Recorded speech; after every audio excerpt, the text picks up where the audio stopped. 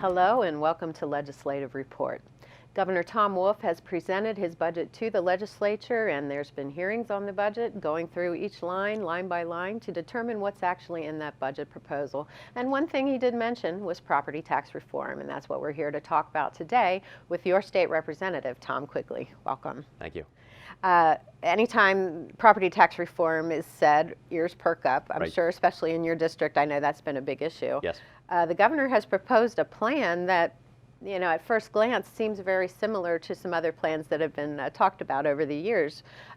When you get a closer look, how does it differ? Yeah, I mean, I think the issue and the property tax plan that's always been talked about in my district was the elimination plan, where we would raise the personal income tax and the sales tax to completely eliminate the school property tax. And that's what a majority of the citizens in my district have favored and have talked about over the years. So when Governor Wolf unveiled his plan, where there was an increase in the PIT and an increase in expansion of the sales tax, a lot of people were sort of interested at first blush. But the more they looked at the details, they saw that, number one, it doesn't completely eliminate the property tax. And number two, it really is only the income tax increase that goes towards the property tax relief. So a lot of people, when they take a closer look at the numbers, and through the analyzation from the Appropriations Committee, we've seen that of the 4 school districts in my legislative district, only Pottstown would get some relief under this proposal.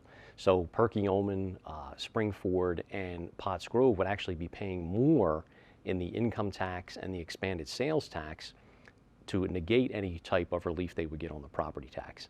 And even in Pottstown, it's interesting, when this budget proposal was unveiled, and our local newspaper, the Pottstown Mercury, always does a good job of breaking down the details, the feedback I got from people in Pottstown was, where is the cost controls to prevent the property tax from increasing? That's right. So that 3, 4 years, 5 years down the road, I'm paying a higher sales tax and a higher income tax, and now my property tax is right back where it started or perhaps higher. It seems to be a little bit reminiscent of the gaming Correct. argument that was pitched, and that's how we got gaming in the state, but that relief is pretty minor. Correct. And I think, it's interesting that the governor's proposal takes that increase in the PIT, the Pennsylvania income tax, and puts it in through that gaming formula to be adding it to the gaming money. So again, when constituents in my district hear that, they think, oh, here we go again with another gaming scheme that did not provide anywhere near the relief that it was promised back in the day. And as you said, there's very few school districts where their taxpayers would actually benefit when they factor in the higher sales tax, the broader sales tax, and the higher income tax. If folks want to investigate that a little more, they can visit a website. It's called taxpayersthatpay.com. You can also find that on Representative Quigley's website as well. That website lets you look school district by school district. You can look at counties and compare all the school districts in a county. It really is a good resource. So taxpayersthatpay.com for that. Another thing is, under Governor Wolf's proposal, when the money is collected and it comes to Harrisburg, how is it redistributed back out to the school district? Well, see, and I think it's interesting that you have to look at it from the standpoint of, it's really only the income tax under his proposal that is dedicated to property tax. The expanded sales tax simply goes to the general fund. So again, under the elimination plan that we've talked about throughout the years, it's both the income and the sales tax that are used to eliminate the school property tax.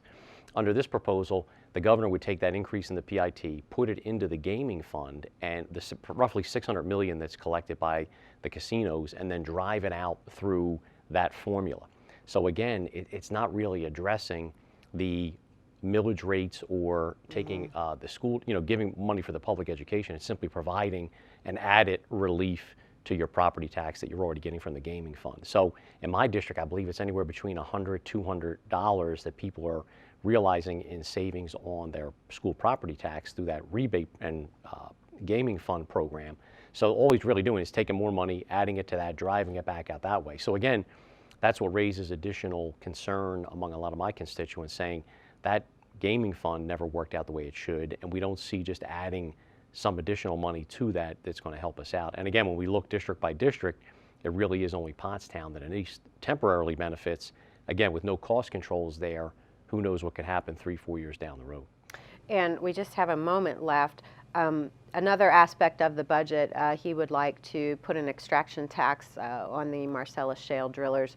Your thoughts on that proposal there? Well, it's interesting because in the course of the campaign, and I've said that I would be open to, exploring that a little more to see, what is a tax rate that might be acceptable and use that money for public education.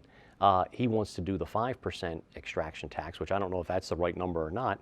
But what concerned me was when you look at the details, there's a program in there for $675 million of borrowing for economic growth and alternative energy programs, and $55 million a year would be taken out of that extraction tax to pay down that debt. So all the money's not going to public education under this proposal. And more importantly, in my experience here, anytime you hear these borrowing programs for economic development and alternative energy, that's typically like a giant walking around money pot that goes to people who are favored by the administration. So I think that's something that people need to know about because, again, extraction tax fairly popular throughout the Commonwealth. But again, if it's all going to education, then let's talk about that, not using it to pay down debt and additional debt. The last thing we need.